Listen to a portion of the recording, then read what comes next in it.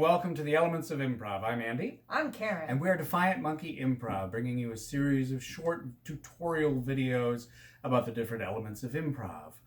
Today we're going to concentrate on two of them, story and characterization, and how they interrelate. We've talked a lot about story already in the previous videos. We haven't talked a lot about characters, so we're going to start into some of that. Today we're going to talk about two specific exercises that can be used in a jam or a practice. Improvicize! Yeah, sweating with the oldies. That will help you improve your storytelling and to get you thinking about other people's characters as well. Because a lot of character work is, I'm developing a character, but there needs to be awareness of the characters that are around you as well. So we've talked about who's a good girl? Who's a good girl? Someone needs belly rubs. Yes. Okay, I'll wait till after the show. Oh, you're a good girl. So Andy and I have talked a lot about story and given you the options of exploring a story with flash forward and flash backward and using meanwhile elsewhere to change locations. And those are terrific things to do in any scene to help practice knowing that you can do them. And we also know that a lot of people think that if they want to improve their improv, they say, oh, I always want to do new characters. I want to do new characters. Secretly, it's story that's the problem. But since characters and story interrelate, these two exercises today can help with both. So first, Rashomon, aka perspectives. Yes, called Rashomon after the Kurosawa movie of the same name, which essentially deals with a murder seen through the perspective of different characters and how the story changes depending on whose perspective you're looking at it through. So this is a real show game, but I would encourage practicing it at your rehearsals for a while, just as an exercise. The way it works is you play a scene with 4 characters in it, so four actors, and make them distinct. They're different from one another, and you have a distinct, memorable scene because it's a replay. You're going to replay it at most 4 times. In a show, I don't suppose you'd have to do every single character, but for the exercise, in a practice, at least, you'd want to. Yeah, in your rehearsal, sure, go ahead. So the way it works is you perform your scene, and then you pick one of the characters, or have the audience pick, if it's a show, which character you want to see their perspective, and you replay it from that character's perspective, and you go through each of the 4 and replay it through their perspective. Keeping in mind, since you're going to be doing this 4 times, they're going to be shorter than the original scene was. You want to get a taste of the perspective, not the whole thing. Yeah, it doesn't have to be blow by blow, and it probably won't be, especially if some of the characters are not in the scene the whole time, because they don't have to be. They can come in, they can exit, and you can see their perspective in the scene. So, for example, it's an office. So you get the location, and it's an office scene. There is a boss who is overbearing and, full of himself. There is a office manager who is helping the boss and is very harried. A secretary who is sort of being told what to do and is there. A little wimpy. And then an IT guy who comes in to help. So you see a normal scene. It's nothing overly anything, and it's not that long. Secretary's at her desk. The IT guy comes in and says he thought there was a problem here, and she's like, yes, this is my problem. So he goes under the desk or whatever and is helping out with whatever the problem is.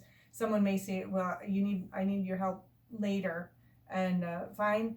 Then the boss comes in with the office manager right behind him, and the boss is giving some directions, and office manager is taking some notes, and end scene.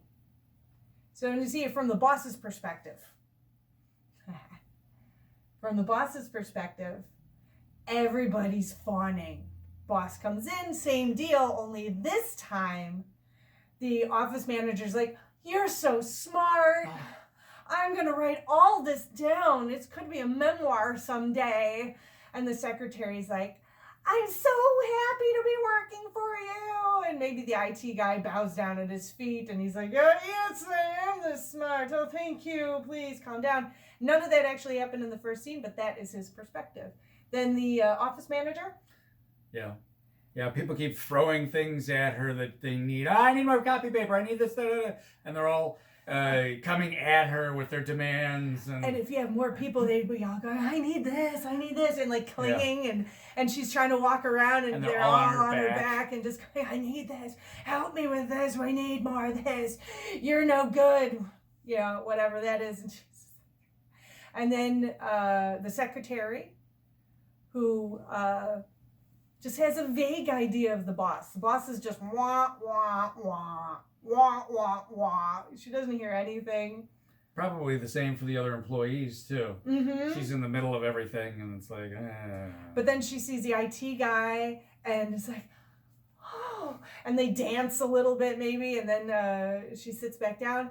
And then finally play it from the last person. Now, there usually is one who's a little weirder than the others, and I think the IT guy would be perfect for this.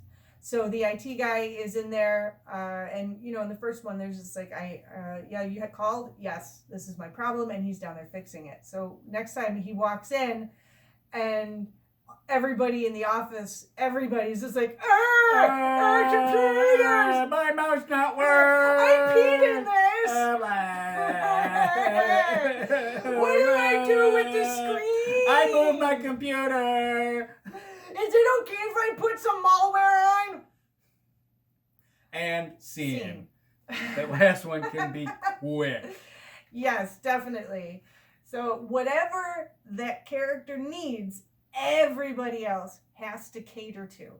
So you have to pay attention in the opening scene to make everybody distinct, and not only paying attention to yourself, but everybody else. And then when you do the replays, you have to help them and feed into whatever it is they need, which is a good lesson for absolutely any scene that you're doing. It's a great exercise for increasing awareness and focus.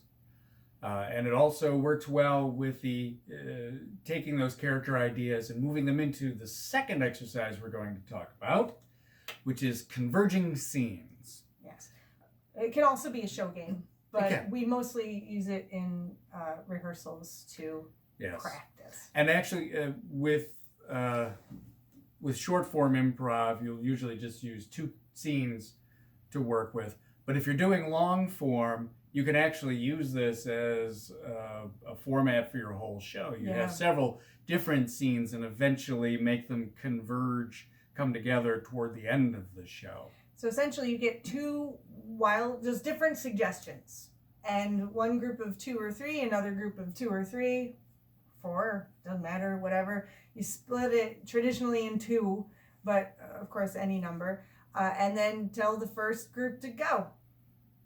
They start and solidify their scene. Set their platform. Yeah, they set it up, and then you say switch, and let the other ones set up theirs. Now, they know if you tell them that they're supposed to converge. If you're having a problem, because there is a couple pitfalls to this if the improvisers aren't savvy. Yeah. If they're not savvy, they will fall into the pitfall, and maybe you don't want to tell them they will converge. But usually we would tell them they converge. Yeah. But you don't converge them immediately. That's the pitfall. We're at the zoo. We got a new giraffe here, and she's doing fairly well, but she won't eat. Switch. Switch to the undersea lab, which is like, hey, look at this. Did you see this sexy picture of a giraffe that my fiance sent me? Oh, that is a sexy giraffe. Wow. I hope to meet her someday. Yeah. No, that's stupid. No. I'm sorry. It's dumb. Set them up completely. I mean, don't do that. Set them up completely differently and let them slowly start to come together. A little more naturally. A little more naturally. Eliminate that, because doing that is in the same ilk as the widget salesman. It's like all of a sudden, oh, here's the giraffe in both scenes, so that's what we're going to use to bring them together. Discover it organically. Don't force it. So that's the thing where if you know your improvisers are going to have a problem with that, don't tell them that they're going to converge. Just switch between them and then nudge them until they figure out that it's going to converge. Yeah, if you're the director, make them take their time. Slow them down. Because there's an urge to go fast when you're doing improv. We know what the energy is like. Yeah! Yeah. But in practice, in the rehearsals, you got all the time that you have for rehearsal. Yeah. Take the time. If you can't do it slow, you can't do it fast. Make the convergence natural. As natural as you possibly can. And they may not converge. Yeah. You may be going on and it's just like, nope, they're not coming together. Yeah. At that point, stop and have a discussion as to how they could converge. Yeah. Or during the scenes, if you're, as the director, you're getting the feeling that they're not getting any closer to each other, pause them, put the scenes on hold, ask the rest of the improvisers, what could they do? Almost like a what happens next sort of thing. What could they do to start bringing these scenes closer together?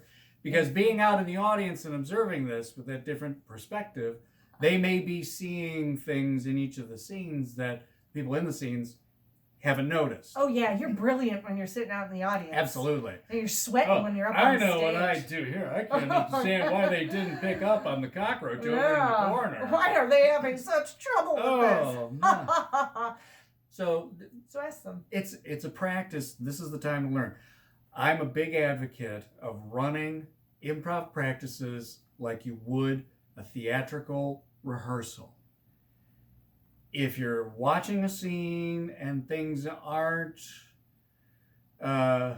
progressing as you'd like them to, or there's a lesson that you'd like to point out there, have them hold. Talk to them about it. Don't feel bad about interrupting a scene during a rehearsal. That's what they're for. That's what the practices are there for. It's like Karen said, it's like swinging two bats when you're in baseball. I'm practicing extra. Never understood that. I'm strong. Oh, that's it. No wonder I don't play baseball. Yeah. One thing too is that sometimes your improvisers will be in a scene and they go, I don't see how these are going to come together. Yeah. Of course you don't. Nobody knows yet how they're going to come together, and that's the wonder of it. Yeah. That's the wonder of improv, for crying out loud. Yeah, so don't worry about it. No. I've had people in a practice actually whisper to me, I don't know what I'm going to do. How is this supposed to come together? It's like, relax. Yeah. Relax. Especially since it's just rehearsal. Yeah, and as you relax, parts of your brain are working that you're not conscious of. It's almost subconscious. And they will find the connections. Yeah. And if you don't, there's the relief valve of asking. And you could do this in a show if you are so inclined, if you feel like it. Yeah, give it a try. For fun. And keep in mind, while you're doing these converging scenes, you want to use those characters that you have, the character traits and skills that you've worked on during things like Rashomon. Also being aware of what the other characters are doing. And in previous videos, who needs to be followed? Where do you need to go to keep this moving? Which is the main character at any moment? Because you want to keep it moving and figure out whose perspective you have to help support. Yeah. Oh, this is so good. Yes. Oh, we will have more Improvicize exercises in the future.